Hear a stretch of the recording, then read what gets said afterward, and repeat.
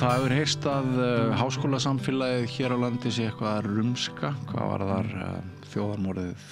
þjóðarmorðið Ísraela á Gaza. Maður heyrir að kynningarfundur sniðgöngu verði haldinn að tala 8. október, ekki á háskólasvæðinu, ekki bara ákveða hvenær. Í grein á Vísi sem var skrifuð fyrir helgi fjölluðu nokkrir starfsmenn og mögulega nemendur háskólans mikilvægi þess að bregðast við. Samkvæmt sáttmála Sameinuðu þjóðanna þjóðarmorð sem Ísland hefur samþykkt skylda aðildarríkja að beita öllum tiltækum úrræðum sem þau hafa yfir að ráða til að reyna að koma í veg fyrir þjóðarmorð sem yfirstandandi. En einn sá starfsmaður Háskóla Íslands sem ekki hægt að saka að hafa dregið lappirnar í þessu. Hann heitir Ingólfur Gíslason. Ertu lektor eða aðjúnt? Ég lektor í dag. Þú lektor í dag. Sko, þú varst náttúrulega töluvert mikið til umfjöllunar daginn eftir þarna uppákomu kemur hingað til landsins ísraelskur maður ætlar að flytja fyrirlestur, það komið í veg fyrir það og þú fékkst nú heldur betur að heyra það átti bara að flæma þig frá störfum.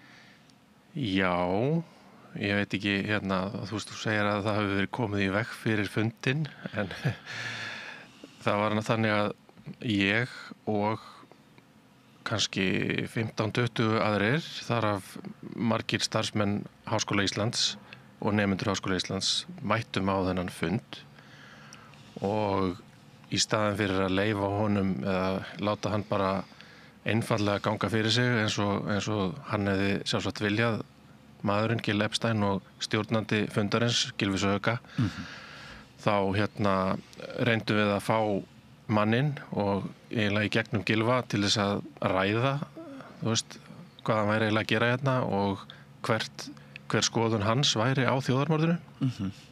Þannig að það ekki þannig að við höfum komið í veg fyrir fundin, við bara mættum á þann fund og vildum tala annað en það sem hann vildi tala Ég í sjálfu sér hafði mig ekki mikið frammi í þessum fundi, ég bara spurði einnar spurningar sem var það hvort að hvort að Gylfi vissi það að Gil Epstein væri í stjórn stofnunar sem heitir BESA-stofnunin sem kennt við Begin Sadat sem stofnun við háskólan þar sem hann vinnur og svo stofnun hefur í raun og veru bara þann eina tilgang að réttlæta og vinna að framgangi hernámsins. Það var það sem ég sagði á þessum fundi. Síðan eftir fundin, það að segja þegar 20 mínútur cirka, ég held ég hafi litið á klukkuna, voru liðnar af þessum fundi að þá ákveður Gylfi í samráði við að mér sýndist Benedikt Jóhannesson fyrrverandi ráðherra að fresta fundinum eins og hann orðaði það. Mótmælendur voru aldrei beðnir til þeim sem að fara. Svo að því að ég hef lesið einmitt nokkrar greinar eftir fyrrverandi dómara og ýmsa aðra sem voru ekki á staðnum þar sem þeir að fabúlera það að það hafi verið komið í veg fyrir fundin með einhverjum hætti og jafnvel gefið í skyn að það hafi verið einhverjar ógnanir eða ofbeldi eða ég veit ekki hvað þessi menn eiginlega ímynda sér sem það var alls ekki. Þetta var mjög friðsamleg mótmæli. Við áttum í orðaskiptum þar að segja einhverjir mótmælendur við þennan Gil Epstein og Gylfa og svo er bara ákveðið að fresta fundinum. Og já, ég veit nú ekki hver spurningin var. Ég bara að lýsa þessu aðeins vegna þess að það svo margir sem hafa tjáð sig án þess að vita nokkuð það hvað fór fram þarna. Já. En í kjölfarið á þessu og þú ert að tjá þig á netinu og þá eiginlega ég hef lesið allmargar kröfur bara að þín afskipti ættu að kosta þig höfuðið. Já, akkurat, já. Einmitt, það var fór í gang svona ófræðingar herferð sem að ég veit ekki, ég held að sé kannski hafa ekki verið samantekin ráð þannig en hún fór í gang og margir stukku til og heimtuðu að ég yrði rekinn eða ámyndur eða kærður fyrir siðanefnd eða ýmsa þess áttar hluti og ég held að það byggist aðalega á því að eftir fundin það skrifaði ég bara Facebook status þar sem ég bara sagði það var nú gott að þessum fundi var aflýst og út frá þeim Facebook status sko, þá dróu margir miðaldra kallar aðalega eða kannski aldraðir kallar meira þá ályktun að ég hefði á einhvern nátt staðið fyrir þessum mótmælum og hefði einhvern veginn staðið fyrir því að honum var aflýst sem að var alls ekki en ég var auðvitað einn af þeim sem að mættu á fundin sko. og síðan kemur til tals að menn reyna að finna eitthvað eins og akademískt frelsi að það hafi sem sagt verið brotið á akademísku frelsi þessa aumingja Gil Epstein sko. Já, þessa aumingja Gil Epstein sem að sem sagt eins og var útskýrt á þessum fundi og ég veit ekki hvort að fólk veit það var sem sagt staddur á Íslandi í sumarfríi honum var ekki boðið að halda þennan fyrirlestur af fyrra bragði hann var í sumarfríi á Íslandi og hafði samband við þessa stofnun lífeyrissjóðsmál eða Gylfa Zoega eða einhvern þar og hann bauðst til að halda fyrirlestur endurgjaldslaust þannig að hann er bara í svona prívat erindagjörðum þannig sko nema hann ætlar að nota tækifæri til þess að vinna ríkinu hernáminu gagn með því að halda fyrirlestur sem og fyrirlesturinn er kynntur með þeim formerkjum að hann sé gervigreind og titill erindisins er eitthvað eins og þegar gervigreindin spyr mannshugan af hverju ert þú hér og þetta virðist vera svona einhver heimspekilegu fyrirlestur en þessi maður er hins vegar hagfræðingur þannig að ekki það skiptir neinu máli upp á sniðgönguna sem slíka en þetta virðist ekki vera á hans sérsviði sem akademiker þannig að það er ekki eins og það hafi verið sóst eftir sérstakri sérfræði þekkingu hans á lífeyrissjóðsmálum og hann fenginn til að tala þau að sjálfsögðu hefði ég líka gengið það sko já og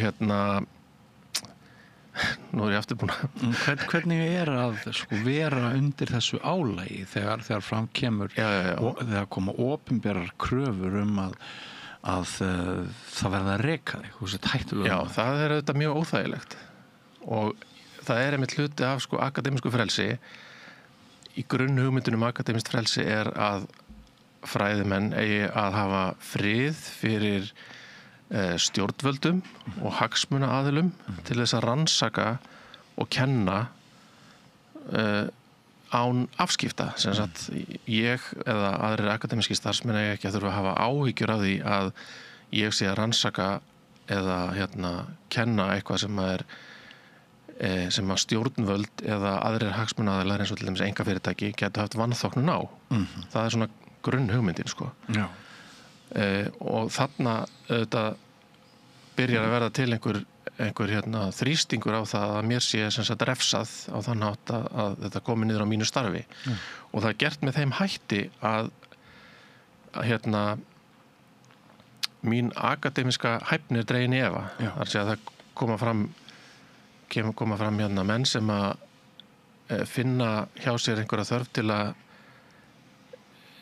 ég veit ekki hvað ég á að kalla það níðast, beita svona atvinnurógi sko, þannig að orðræðan snýst ekki þessa sniðgöngu eða Palestínu heldur bara það að ég get ekki ég ber ábyrgð á slæmri stöðu nemenda í grunnskóla í stærðfræði eitthvað svoleiðis og þar er auðvitað vegið að mínu akademiska frelsi í rauninni sko. Af því að þá er ég látin gjalda þess að vera að skipta mér af samfélagsmálum sem að háskólamenn eru hvattir til að gera og reynda refsa mér með því að beina athyglinni að einhverjum meintum göllum á minni fræðimennsku sko. Og það er mjög óþægilegt. Ég trúi því. Hefurðu fengið mikinn stuðning frá kollegum þínum innan háskólans? Já, ég hef fengið mjög mikinn stuðning frá kollegum sko. Eins vegar hefur háskólinn sjálfur eða svona yfirstjórn það hefur ekki komið neitt stuðningur frá þeim sko. En þeir hafa miður. Já, en í sjálfu sér hefur enga síður hefur yfirstjórnin í sjálfu sér heldur ekkert aðhafst neitt, þú veist, með því að taka mig á tildalega neitt svoleiðis eins og sumir kannski ímynda sér. Nei, þannig að það er bara svona, það er fjarlægð, það er þögn. Já. Sko, já, þakka þér fyrir að deila þessu með okkur. Þetta, það eru ansi margir sem að virðast óráðnir í því hvort eða hve mikla afstöðu þeir eiga að taka á opinberum vettvangi. Einmitt, en sko, ég kannski bæta við að ég veit að mjög margt akademískt starfsfólk bæði hér á landi og erlendis hefur óttast að tjá sig sko, þetta mál. Já. Vegna þess að það óttast að það verði látið gjalda fyrir það með einum eða öðrum hætti og akademískt starfsfólk er þú veist, algjörlega undir hælnum á fjárveitingar aðilum í sambandi við styrki og annað þess að þar. Þannig að ef fólki er mikið mun að fá framgang innan akademíska kerfisins og fá styrki og vera boðið og vera með, að þá vill það mögulega ekki taka neina opinbera afstöðu og þú sér það líka í Bandaríkjunum það sem að núna Trump-stjórnin sérstaklega en auðvitað Biden-stjórnin hafði byrjað á því að þar er fólk látið raunverulega gjalda fyrir tjáningu fyrir Palestínu eða gegn Ísrael. Það er bara rekið og núna getur vel verið að Háskóli Íslands eða einhverjir yfirmenn þar óttist það ef að háskólinn taki skýra afstöðu þá verði Háskóli Íslands látin gjalda fyrir það í einhverjum samskiptum við bandarískar menntastofnanir. Þannig að til dæmis ef fólk er með einhver samstarfsverkefni eða er að fara í nemendaskipti eða kennaraskipti eða einhver svona ferðalög þá muni bandarískir háskólar segja bara nei, við megum ekki í samskiptum við ykkur. Þú veist, af því að ríkisstjórnin þar bara bannar það.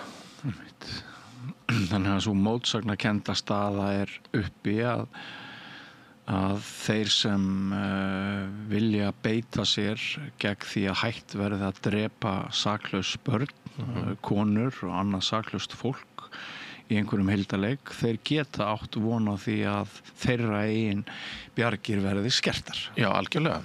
Það er þannig í Bandaríkjunum, það er þannig í Þýskalandi og ég vona og held að það sé ekki hér en það bara er þannig alþjóðlega og það getur vel verið að fólk hafa áhyggjur af þessu á einhverju svona milli háskóla leveli sko. Já.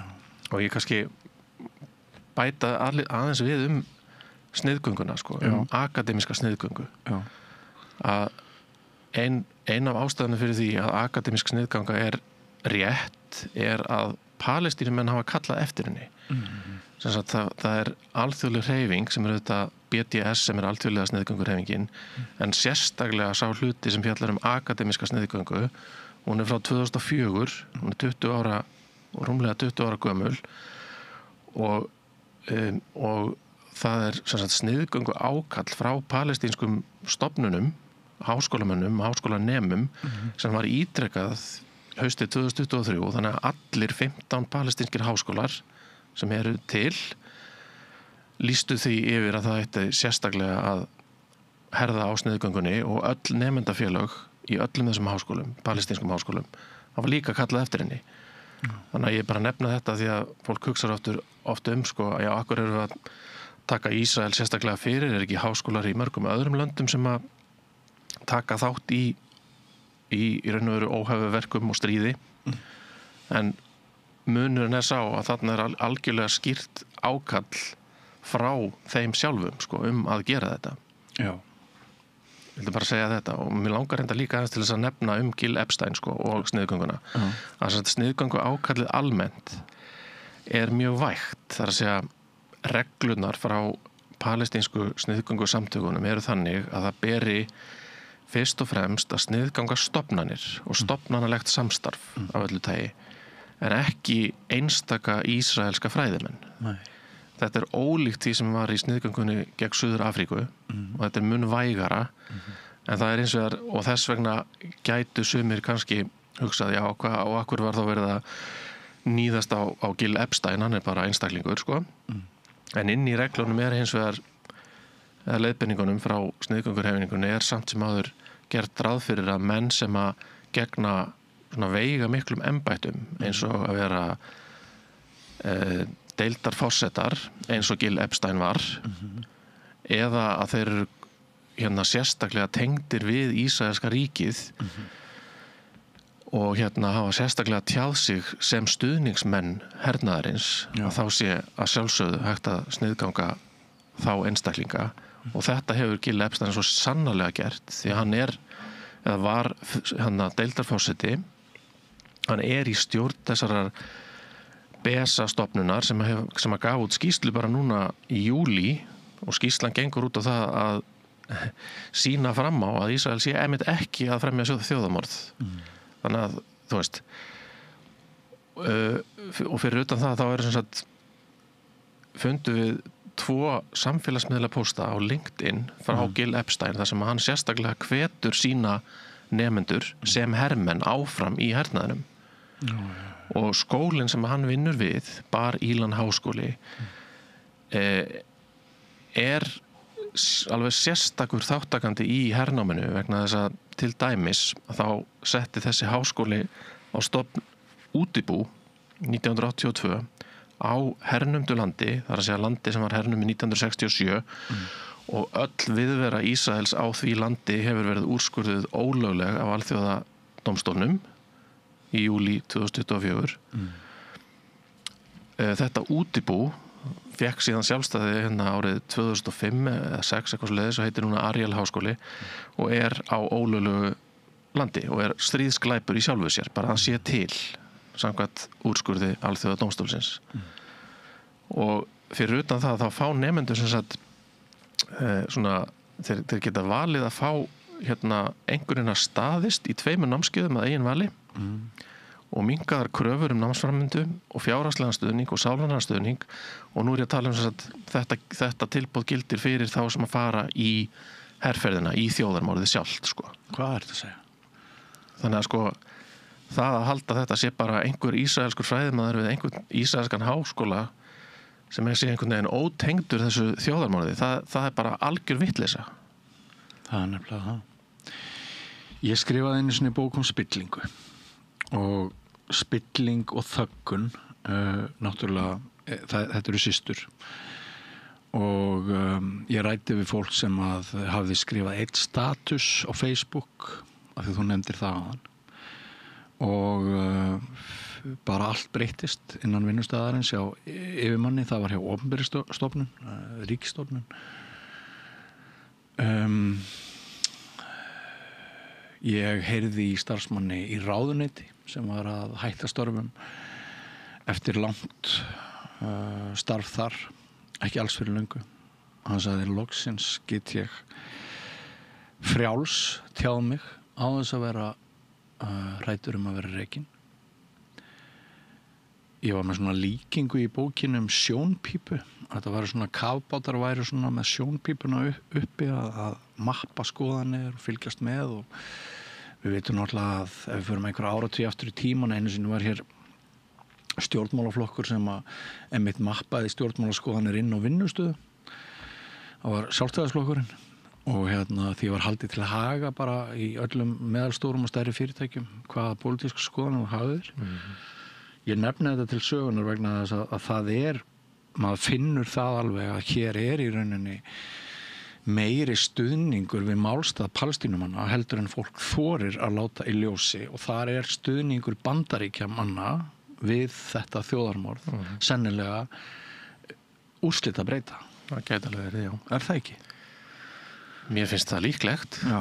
Ég meina, maður skilur ekki alveg hvernig ég meina bara einhverja yfirlýsingar utanríkisráður okkar Þorgerðar Katrínar að það eru oft bara bein afritun af því sem að kemur síðan frá öllum öðrum sem bein afritun af einhverju sem að kemur frá Bandaríkjunum og í raun og veru engin leið til þess að skilja af hverju maður myndi gefa út þessar yfirlýsingar nema vegna þess að þetta sé einhvers konar ótti við að styggja Bandaríkjumenn ef að fólk segir sannleikann. Ég meina ég sé enga aðra rökar en skýringu.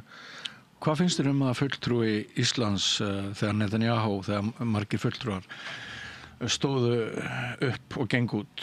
Hann flutti ræðu í síðustu viku. Já, og þau skilaboð bárust frá íslenskum utanríkis stjórnmálavöldum að þetta væri ekki okkar afstaða. Já, einmitt. Já, ég leiti við listan bara í gærkvöldi bara að ganni mínu og sá að það ekkert norrænu ríkjanna gekk út og ekki heldur Spánn og ýmis ríki sem ég átti svona sem ég held kannski að myndu hafa gengið út. Nú ég að mappa, sko. Ég sá Írland og Slóveníu og ég held að það getur að verið einu Evrópulöndin sem að gengu alveg út, sko. Og þetta held ég yfirlýsingum, sko, að við séum ekki að fara of langt frá Bandaríkjunum, sko, því að við augljóslega eins og Einmitt Þorgerður Katrín talar alltaf, þá erum við í þessu samstarfi við Bandaríkin, varnarsamstarfi og þetta, og við viljum augljóslega ekki styggja Bandaríkjamenn of mikið, sko. Men það hlýtur að ráða okkar afstöðu. Það ekkert annað sem útskýrir það. Það ekkert annað sem getur skýrt það. Heyrðu, en ég var svona að velta því upp þarna í kynningu eða inngangi að hvort það væri von á einhverjum hræringum meiri innan háskólasamfélagsins. Samanber þessa grein sem ég vitnaði til, okkur hefur fundist að stofnun eins og Háskóli Íslands hafi svolítið dregið lappirnar. Það jú þekkt að háskólar hafa gegnt leiðtoga hlutverki þegar hafa verið í forystu þegar mannréttindi eru brotin með svívirðulegum hætti. Við getum farið áratugi aftur í tíman og séð að ungt hugað og frjálst háskólafólk hefur margoft varðað veginn í átt að réttlæti. Að vora eitthvað innan veggja Háskóla Íslands núna í þessum efnum? Já, það erfitt fyrir mig að segja beinlínis, sko. Það virðist vera í bígerð að setja af stað einhvers konar ferli sem að gæti gefið stjórn háskólans næga ástæðu til þess að lýsa einhverju yfir, sko, og jafnvel sem sagt lýsa yfir eða taka til einhverja aðgerða eins og sniðgöngu og þetta á að vera að því mér skilst einhvers konar samráðsferli þar sem að fólk slembivalið í hópa og fær síðan einhvern sérfræði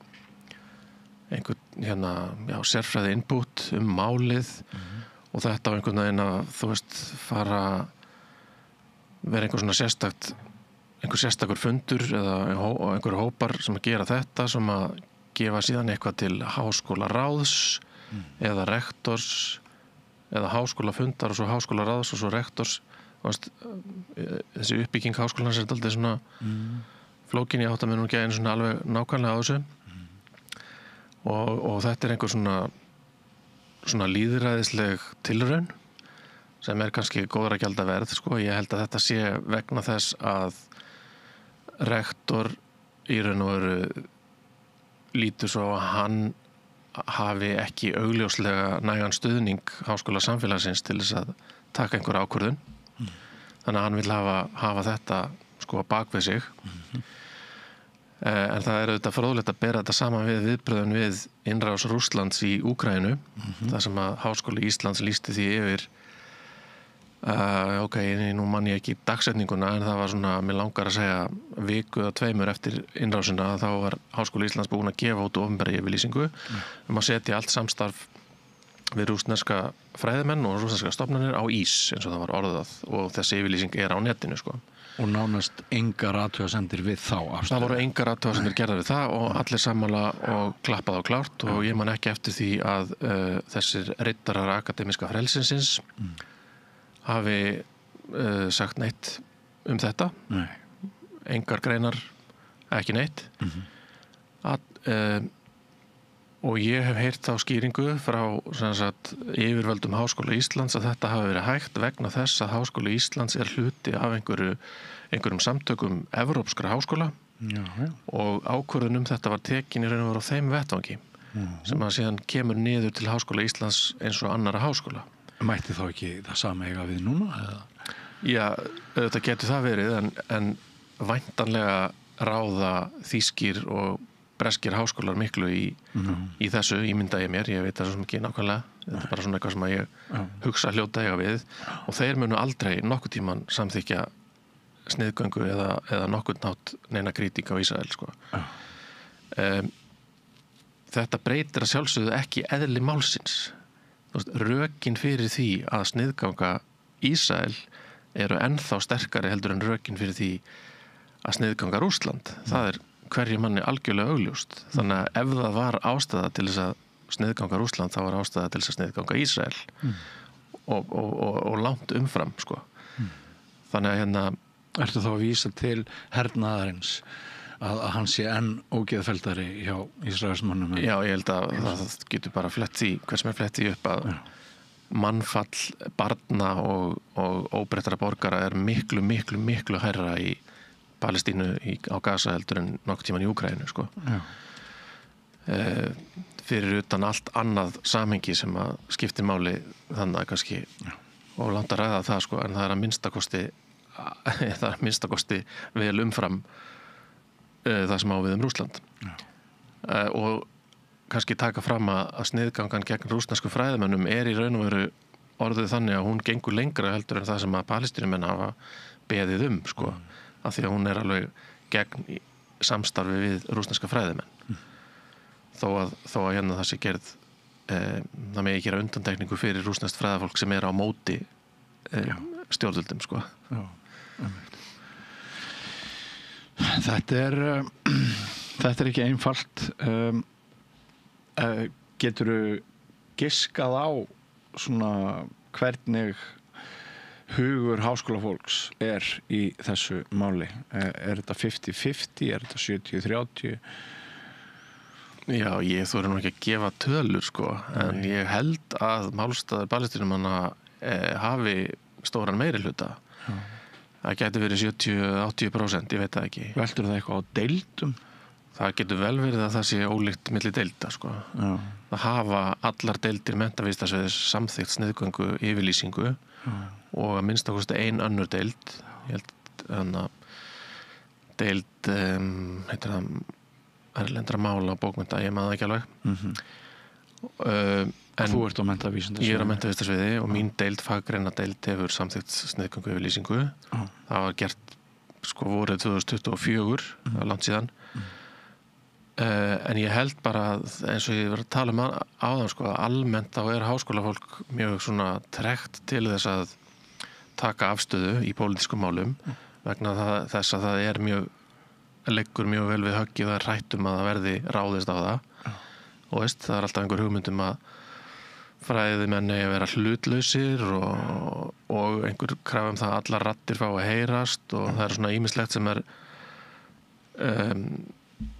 ýmislegt sem svona stendur í vegi fyrir því að fólk vilji kannski fara alla leið. Ég til dæmis veit það að fræða fólk sem að tilheyrir þessari stofnunum rannsóknir á lífeyrismálum sem að bauð Gil Epstein að halda fyrirlestur.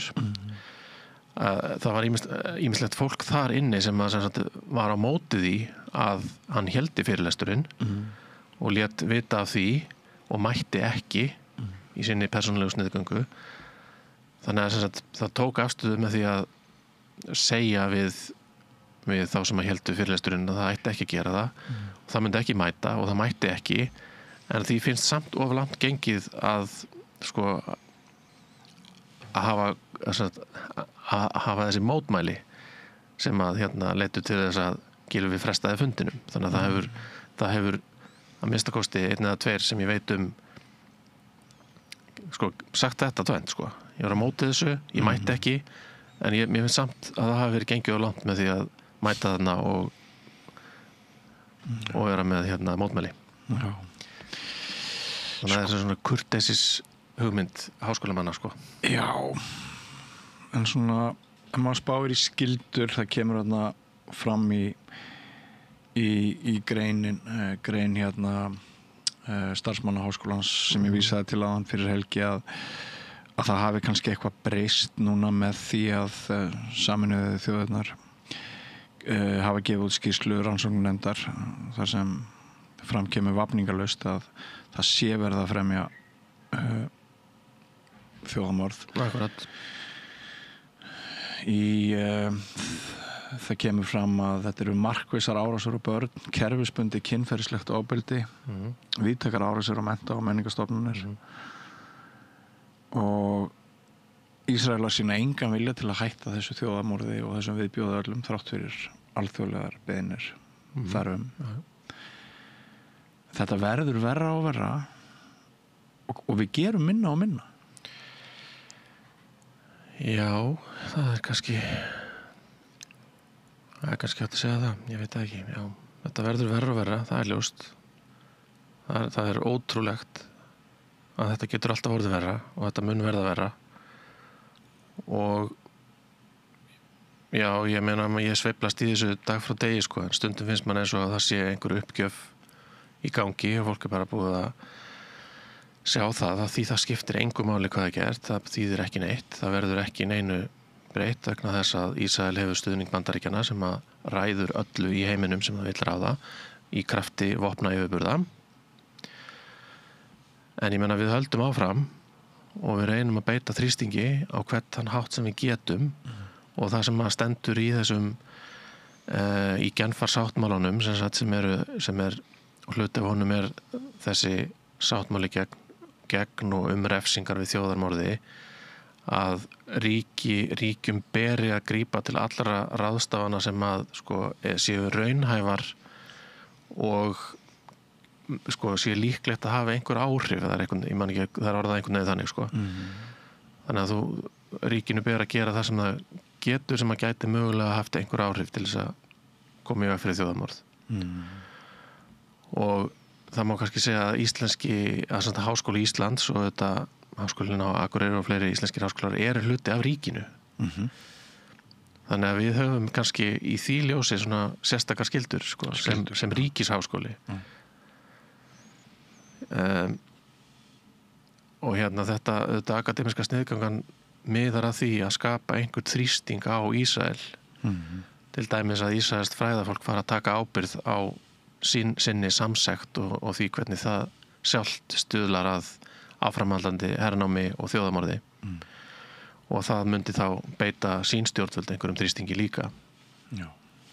Nú veit ég ekki hvort að það er akademisk sniðganga er kannski í sjálfu sér mjög svona lítill þrýstingur en samt sem áður hann er einhver og vísar veginn hann gæti vísa veginn leiðbeinandi fyrir almenning. Einmitt.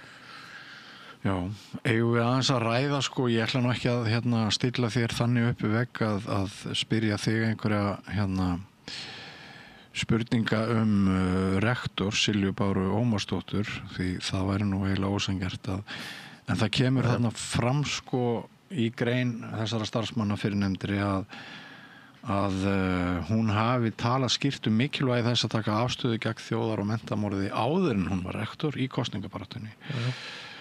En svo segja nú tæpum 3 mánuðum eftir að Silja Bára tók við embætti hefur háskólinn ekkert aðhafst varðandi málefni Palestínu fyrir utan óljós og áform upphafssamráðsferlis varðandi hvað gæti falist í sniðgöngu.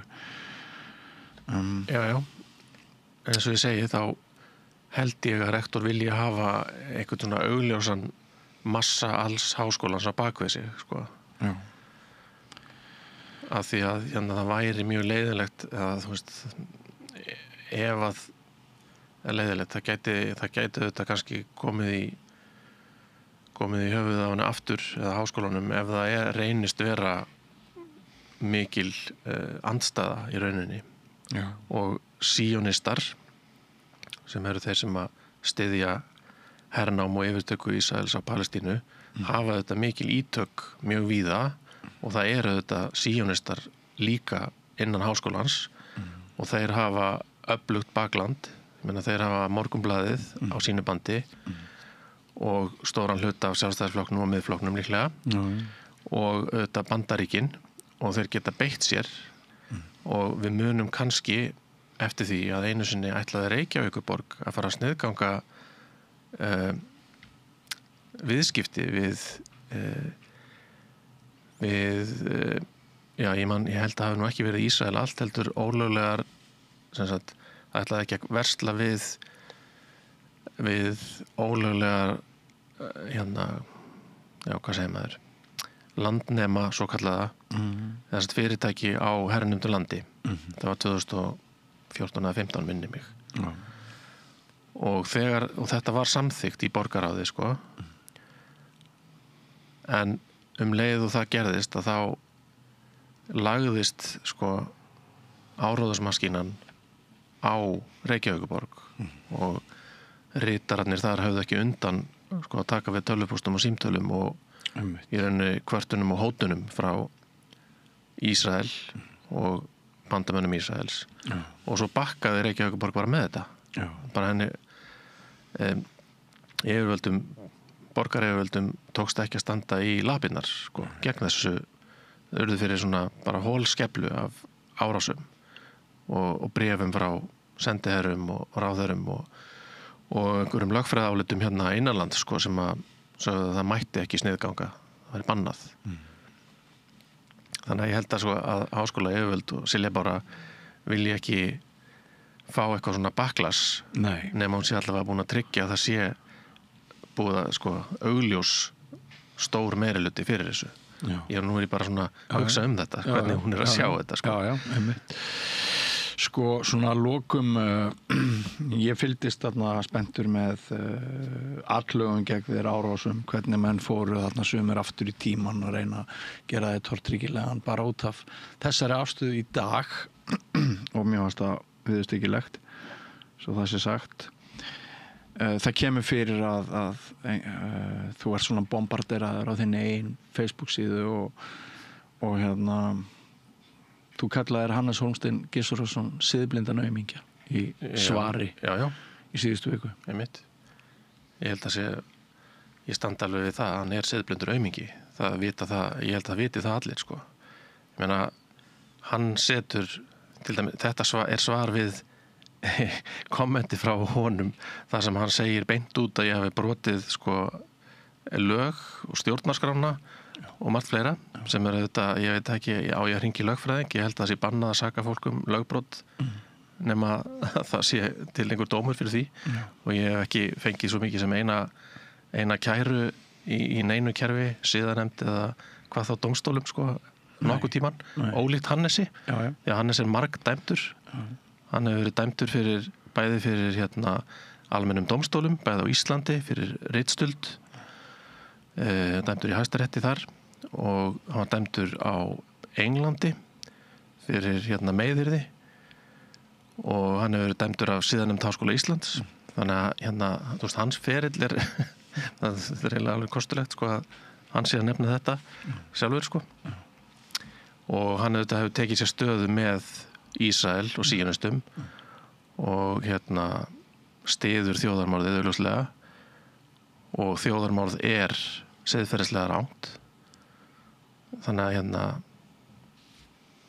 þú ákvæmst að tala mannamál þannig að ég get ekki dregið aðra ályktun á hans ferli sem bara í heild sko fyrir utan stuðning hans við þetta þjóðarmorðið þannig að karakter hans þetta þessi sko og þú ert ekkert smeykur við það að tala mannamál Nei, ég meina þetta auðvitað bara mín skoðun eins og maður segir ég er ekki ég meina fólk getur auðvitað bara tekið því eins og það vill sko verður sammálaðið ekki Akkurat Ég meina skott það sem þú bentir á áðan að það kannski þyrmir yfir mann suma daga en það er ekki búið að gefast upp og þetta fólk á það inni hjá heimsbyggðinni að við gefumst ekki upp Já, mér finnst það bara að við verðum að sýna þeim samstöðu og hluta því að sýna þeim samstöðu er að sniðganga eins og það kallar sjálft eftir og ég vona og held að einhver tíman muni Palestínumenn fá réttlæti af einhverju tagi þannig að ég held áfram eins og ég get sko, hvort sem þetta verður á minni ævi eða ekki Þakka þér fyrir það og þakka þér fyrir komuna Ingólfur Gíslason lektor á menntavísindasviði Háskóla Íslands Við fylgjum spennt með því hvort dregur til tíðinda í byrjun næsta mánaðar í þessum efnum innan veggja háskólans En ekki fara langt, kæru hlustendur, við höldum hér áfram eftir andartak. Öflugur og ódýr auglýsingamiðill 40.000 manns sjá eða heyra þætti samstöðvarinnar í hverri viku. Ef þú vilt auglýsa, sendu póst á samstöðin@samstöðin.is.